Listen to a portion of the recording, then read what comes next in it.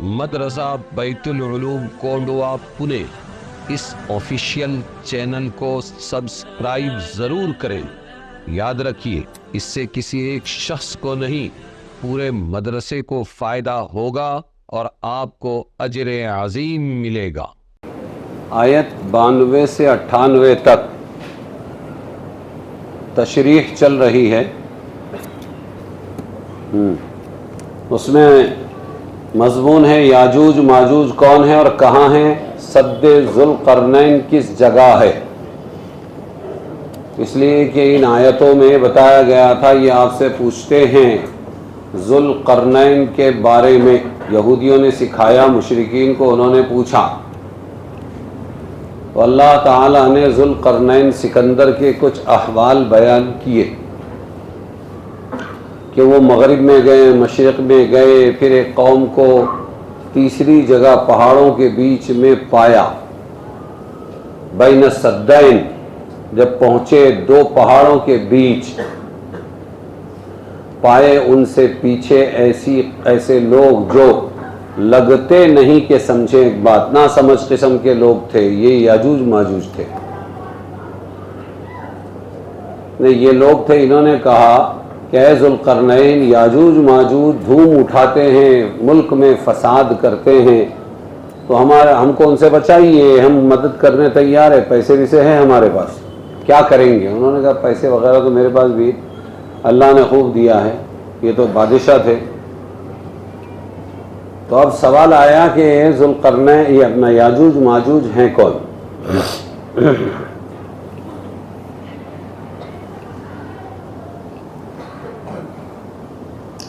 ایک بات تو یہ ہے کہ یاجوج ماجوج جو عام انسانوں کی طرح انسان ہیں، حضرت نوح علیہ السلام کی اولاد ہے۔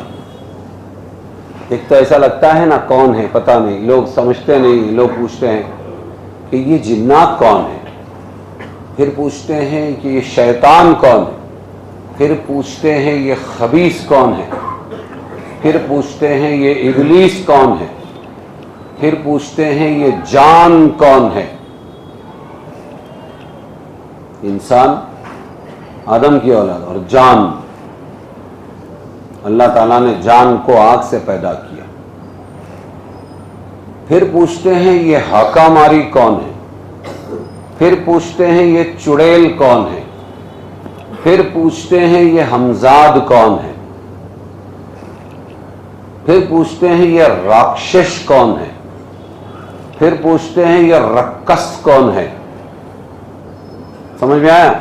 ایسی کئی چیزیں، تو سوال پیدا ہوتا ہے کہ جب یہ اتنے بھیانک تھے یہ یاجوج ماجوج، تو یہ یاجوج ماجوج ہے کون سی مخلوق؟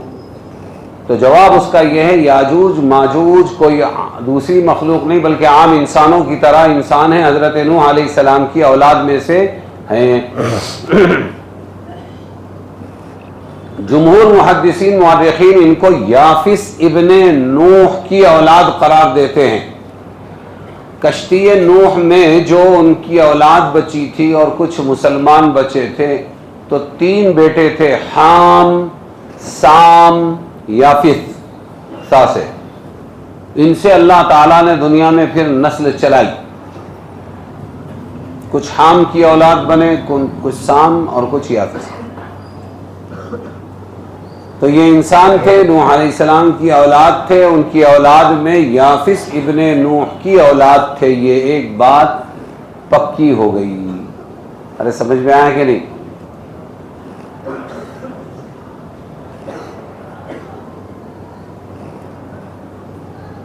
اور حام کے زمانے اور یہ یاجوج ماجوج کے زمانے تک بہت سی قومیں گزری۔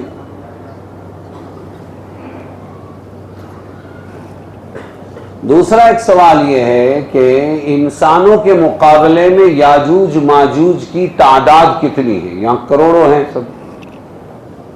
جواب یہ ہے کہ یاجوج ماجوج کی تعداد پوری دنیا کے انسانوں کی تعداد سے بہت زیادہ ہے۔ کم سے کم کتنی گنا زیادہ ہے؟ ایک کے بدلے کتنے؟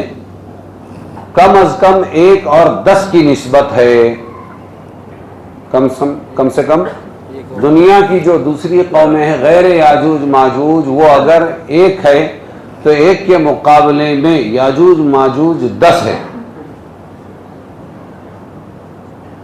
کتنے؟ 10 گنا زیادہ ہے یاجوج ماجوج. کیا اللہ ہے، کہاں کہاں کس کس کو پال رہا ہے. اس دنیا کا یہ حال ہے، 1% دنیا کا، تو 10% یاجوج ماجوج، ان کی تعداد، ان کا علاقہ، ان کے گھر، ان کی ضروریات، ان کا کھانا، ان کا پانی کتنا ہوگا.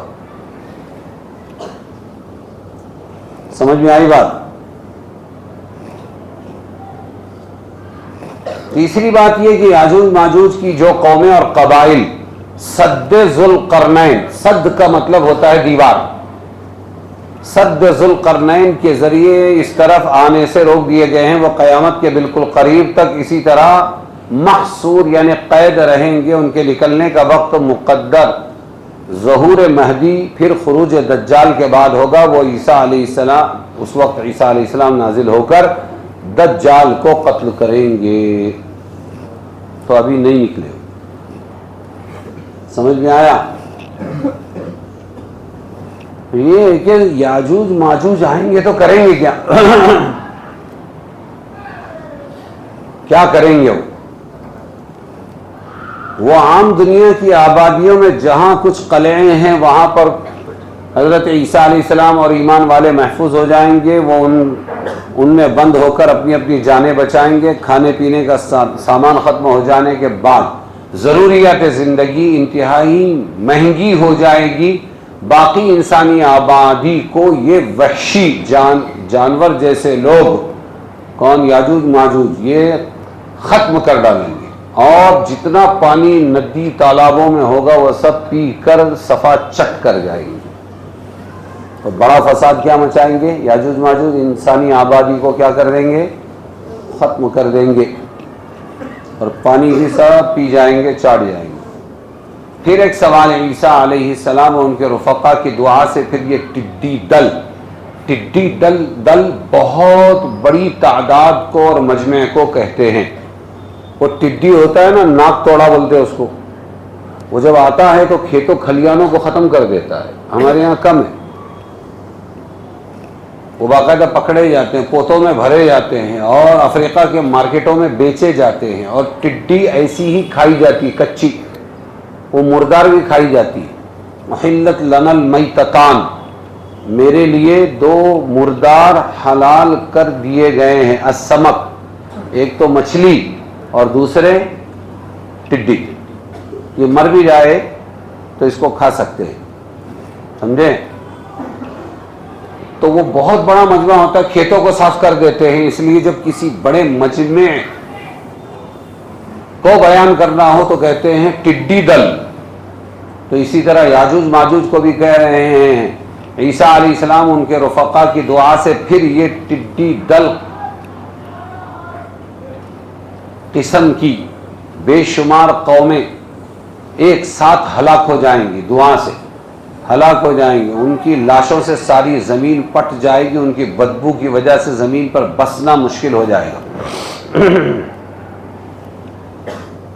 پھر عیسیٰ علیہ السلام ان کے ساتھی ہی کی دعا سے ان کی لاشیں دریا برد یعنی دریا میں پھینک دی جائیں گی، غائب کر دی جائیں گی. عالمگیر بارش ہوگی، پوری دنیا میں بارش ہوگی. اس کے ذریعے پوری زمین کو دھو کر پاک صاف کر دیا جائے گا. اس کے بعد تقریباً 40 سال امن و امان کا دور رہے گا. کتنے سال؟ یہ 40 سالہ دور حضرت عیسیٰ علیہ السلام کا دور ہوگا. زمین اپنی برکات اگل دے گی، خوب پھل اور غلے نکلیں گے. کوئی مفلس محتاج باقی نہیں رہے گا، کوئی کسی کو نہ ستائے گا. سکون و اطمینان، آرام اور راحت عام ہوگی. اس کو 40 سالہ امن کا نام دیا جاتا. اس امن و امان کے زمانے میں بیت اللہ کا حج و عمرہ جاری رہے گا. حضرت عیسیٰ علیہ السلام کی وفات اور روضہ اقدس میں دفن روایت حدیث سے ثابت ہے. اس کی بھی یہی صورت ہوگی کہ وہ حج یا عمرہ کے لیے حجاز کا سفر کریں گے. رسول اللہ صلی اللہ علیہ وسلم کے آخر زمانے میں بذریعہ وحی خواب آپ کو دکھلایا گیا، حضور کو خواب دکھایا گیا کہ سد ذوالقرنین میں ایک سوراخ ہو گیا ہے جس کو آپ نے عرب کے لیے شر اور فتنے کی علامت قرار دی۔ اس دیوار میں سوراخ ہو جانے کو بعض محدثین نے اپنی حقیقت پر محمول کیا ہے اور بعض نے اس کا مطلب بطور استعارہ مجاز کے یہ قرار دیا کہ اب یہ سد ذوالقرنین کمزور ہو چکی ہے۔ خواب کا مطلب یہ ہے اور یاجوج ماجوج کے نکلنے کا وقت قریب آ گیا ہے۔ حضرت عیسیٰ علیہ السلام کے نزول کے بعد ان کا قیام کتنے سال رہے گا؟ قیام امن زمین پر 40 سال ہوگا۔ کتنے سال ہوگا؟ اور ان سے پہلے حضرت مہدی کا زمانہ بھی 40 سال ہوگا۔ کچھ زمانہ حضرت مہدی اور عیسیٰ علیہ السلام کا ساتھ ساتھ رہے گا، تقریباً 7 سال یا کچھ ہے۔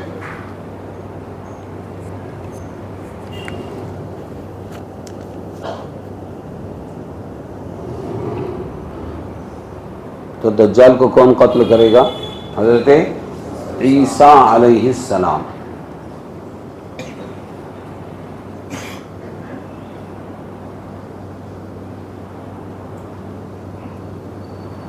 اس کے بعد حضرت عیسیٰ علیہ السلام نازل ہو کر دجال کو قتل کر کے اس فتنے کو ختم کریں گے۔ یہ دجال فتنہ بن کر آئے گا لیکن مکہ مدینہ میں نہیں گھس سکے گا اور لوگوں کو بتائے گا ہی کہ تم مجھ پر ایمان لاؤ، میں خوب تم کو راشن دوں گا، خیر و برکت دوں گا، جو مجھے نہیں مانے گا میں اسے قتل کر دوں گا۔ کیا کروں گا؟ تو ایمان والے مضبوط رہیں گے اور وہ کیا کہیں گے کہ ٹھیک ہے تو نے ایک مرتبہ قتل کر دیا، پھر دوبارہ زندہ کر دے گا وہ، پھر کہا جائے گا اب قتل کر کے بتا، تو وہ قادر نہیں ہوگا دوسری مرتبہ پر۔ اللہ نے ایک مرتبہ کا اس کو اختیار دیا آزمائش کے لیے۔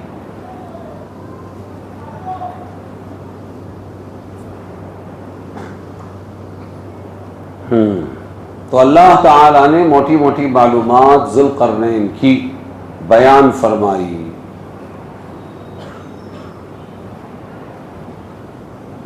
اب یہ کہ یاجوج ماجوج کی یہ قوم کون سی ہے اور اس وقت وہ کہاں ہے، کس بستی میں ہے، اگرچہ اس پر نہ کوئی اسلامی عقیدہ موقوف ہے اور نہ قرآن کی کسی آیت کا سمجھنا اس پر موقوف ہے، لیکن مخالفین کی حفوات کے جواب، یعنی ان کی بکواس کے جواب اور مزید بصیرت کے لیے علماء امت نے اس سے بحث فرمائی ہے، اس کا کچھ حصہ نقل کیا جاتا ہے۔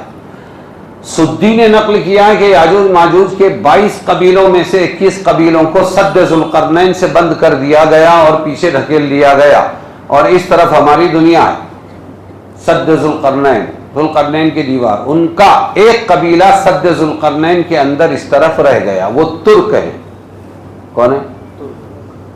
ادھر سے ادھر رہ گیا، تو انہی میں سے کون ہے؟ ترک ہے۔ ترک بڑی سخت قوم ہے، ہاں یہ انہی میں سے ہے، لیکن اس طرف رہ گیا۔ یہ سدی نے نقل کی ہے، ایک مورخ ہے، ان کا ایک قبیلہ سد ذوالقرنین کے اندر اس طرف رہ گیا ہے، وہ ترک ہے۔ اس کے بعد قرطبی نے فرمایا رسول اللہ صلی اللہ علیہ وسلم نے ترک کے متعلق جو باتیں بتلائی وہ یاجوج ماجوج سے ملتی ہوئی ہے، اور آخر زمانے میں مسلمانوں کو ان سے جنگ ہونا، صحیح مسلم کی حدیث میں۔ پھر فرمایا کہ اس زمانے میں ترک قوم کی بڑی بھاری تعداد مسلمانوں کے مقابلے کے لیے نکلی ہوئی ہے، جن کی صحیح تعداد اللہ تعالیٰ ہی کو معلوم ہے، وہی مسلمانوں کو اس کے شر سے، ان کے شر سے بچا سکتا ہے۔ ایسا معلوم ہوتا ہے کہ یہی یاجوج و ماجوج ہیں یا کم از کم ان کا مقدمہ ہے، ان سے پہلے آنے والے ہیں۔ قرطبی کا زمانہ، جس زمانے کی یہ بات کر رہے ہیں، 6 صدی ہجری ہے۔ آج کون سی ہے؟ 15ویں صدی۔ کون سی ہے؟ ہماری ہجری کون سی ہے؟ تو 15ویں صدی ہوئی نا، تو وہ 6 صدی ہجری ہے، جس میں فتنہ تاتار ظاہر ہوا۔ یہ جو منگول خان، چنگیز خان، اسلامی حکومتوں کا تختہ پلٹ گیا، قتل و غارت گری ہوئی، اور مسلمانوں کے قتل کے بعد ان کے سروں سے مینار بنائے گئے، فخر کیا گیا ہمارا مینار تم سے زیادہ اونچا ہے۔ تو فتنہ تاتار تھا۔ تاتارستان ایک مستقل ملک ہے، تاتار، سمجھ میں آیا؟ اور اسلامی خلافت کو تباہ و برباد کیا۔ ان کا عظیم فتنہ تاریخ اسلام میں معروف، اور تاتاریوں کا مغول ترک میں سے ہونا مشہور ہے۔ بات سمجھ میں آئی؟ ہے آیا یورش تاتار کے افسانے سے، پاسباں مل گئے کعبے کو صنم خانے سے۔ پھر وہی مسلمان بنے اور پھر وہ آئے ترک، مسلمان بن کر اسلامی خلافت کی بنیاد ڈالی، اور وہی کیا بنے؟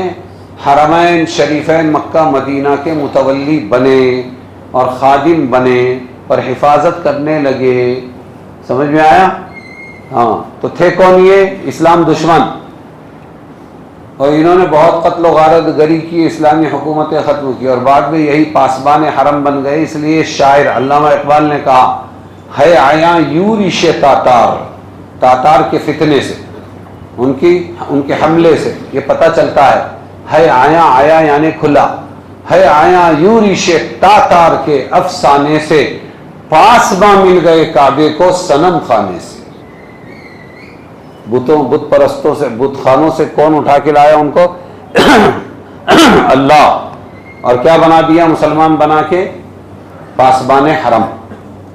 جغرافیائی تحقیق یہ ہے کہ 7ویں اقلیم کے 90 حصے میں مغرب کی جانب ترکوں کے وہ قبائل آباد ہیں جو قنجاق اور چرکس کہلاتے ہیں، اور مشرق کی جانب یاجوج ماجوج کی آبادیاں ہیں، اور ان دونوں کے درمیان کوہ قاف حد فاصل ہے، جس کا ذکر گزشتہ سطور میں ہو چکا کہ وہ بحر محیط سے شروع ہوتا ہے جو چوتھی اقلیم کے مشرق میں واقع ہے، اور اس کے ساتھ شمال کی جانب اقلیم کے آخر تک چلا گیا، پھر بحر محیط سے جدا ہو کر شمال مغرب میں ہوتا ہوا یعنی مغرب کی جانب جھکتا ہوا 5ویں اقلیم کے 90 حصے میں داخل ہوتا ہے۔ یہاں سے وہ پھر اپنی پہلی سمت کو مڑ جاتا ہے حتیٰ کہ 7ویں اقلیم کے 90 حصے میں داخل ہو جاتا ہے، اور یہاں پہنچ کر جنوب سے شمال مغرب کو ہوتا ہوا گیا ہے، اور اسی سلسلے کوہ یعنی پہاڑ کے سلسلے کے درمیان سد سکندری واقع ہے، اور 7ویں اقلیم کے 90 حصے کے وسط ہی میں وہ سد سکندری ہے جس کا ہم ابھی ذکر کر کے آئے ہیں، جس کی اطلاع قرآن نے دی۔ اور عبداللہ ابن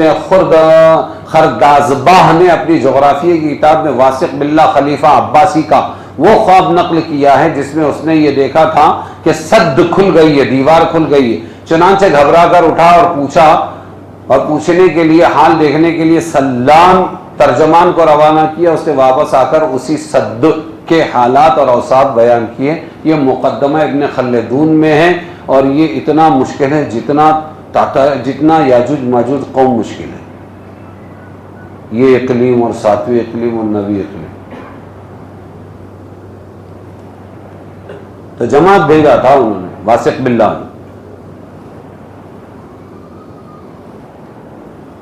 سمجھ میں آیا؟ اب یہ ہے کدھر؟ بہت سے لوگ کہتے ہیں کہ ایک نہیں ہے یاجوج ماجوج کی قوم، ایسی کئی قومیں ہیں، اور ایک سد سکندری نہیں ہے، ایسی کئی دیواریں بنائی گئی۔ سمجھ میں آیا؟ دیوار چین کو بھی اسی میں شمار کیا ہے کہ یہ بھی یاجوج ماجوج کو روکنے کے لیے بنائی گئی، ایسی کئی دیواریں کئی ملکوں میں بنائی گئی۔ سب سے زیادہ مشہور دیوار چین ہے جس کا طول لمبائی ابو حیان اندلوسی دربار ایران کے شاہی مورخ نے 1200 میل بتلایا ہے۔ 1200 میل یہ ایران کی دیوار ہے، اور یہ اپنا چین کی، اور یہ کہ اس کا بانی فغفور بادشاہ چین ہے۔ اس کی بنا کی تاریخ حبوط آدم علیہ السلام جو دنیا میں اترے اس سے 3460 سال کے بعد یہ دیوار بنائی گئی، یہ بتایا۔ اس دیوار چین کو مغل لوگ اتکوہ اور ترک لوگ گورو کوقا کہتے ہیں، اور فرمایا کہ اسی طرح کی اور بھی متعدد دیواریں سدیں مختلف مقامات پر پائی جاتی ہیں۔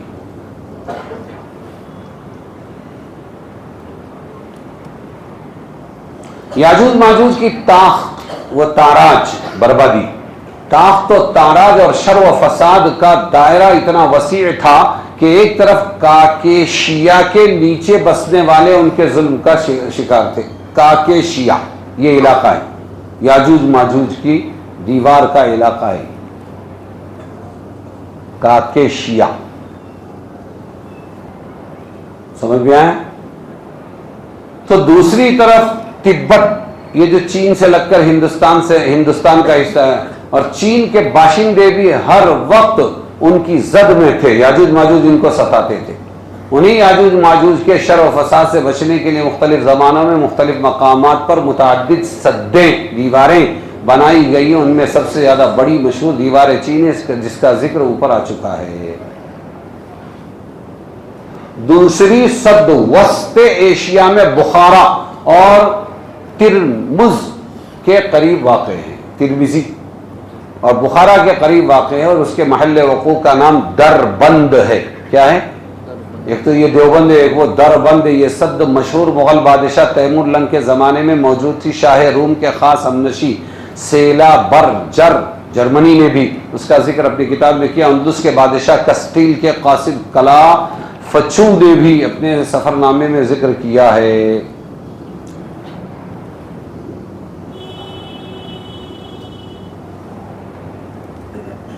ایک خلاصہ ہے، داغستان میں دربند ایک روسی شہر، داغستان میں دربند ایک روسی شہر ہے۔ یہ شہر بحر خزر کاسپین کے غربی کنارے پر واقع ہے۔ اس کا عرض البلد 43.3 ہے، شمالاً طول البلد 48.15 شرقاً ہے، اور اس کو دربندہ نو شیرواں بھی کہتے ہیں، اور باب الابواب کے نام سے بہت مشہور ہے۔ یہ چوتھی صد دیوار اسی باب الابواب سے مغرب کی جانب کاکیشیا کے بہت بلند حصوں میں ہے، جہاں دو پہاڑوں کے درمیان ایک درہ داریال کے نام سے مشہور ہے۔ ارے سمجھ میں آیا کہ نہیں آیا؟ تو کیا کہہ رہے ہیں یہ؟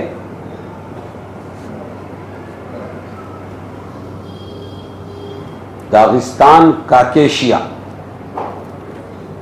بات سمجھے؟ اس علاقے میں ہے یہ۔ پھر اس کے بعد کیا کہا کہ اب سد سکندری اس وقت موجود ہے یا ٹوٹ چکی ہے؟ تو اس کا صحیح جواب یہ ہے کہ سد سکندری یہ ابھی بھی موجود ہے۔ کچھ لوگ کہتے ہیں ٹوٹ گئی ہے، کچھ لوگ کہتے ہیں کہ نہیں ابھی موجود ہے اور راستہ کھل گیا ہے، لیکن قرآن و سنت کے اعتبار سے اس کا قیامت تک قائم رہنا ضروری ہے۔ جب اللہ چاہے گا تب کیا کر دے گا؟ اس کو توڑ دے گا۔ اس لیے صحیح جواب یہی ہے کہ قیامت سے پہلے پہلے وہ ٹوٹے گی، اور ابھی وہ ٹوٹی نہیں ہے۔ جی یہ تھی کچھ معلومات۔ اس کے بعد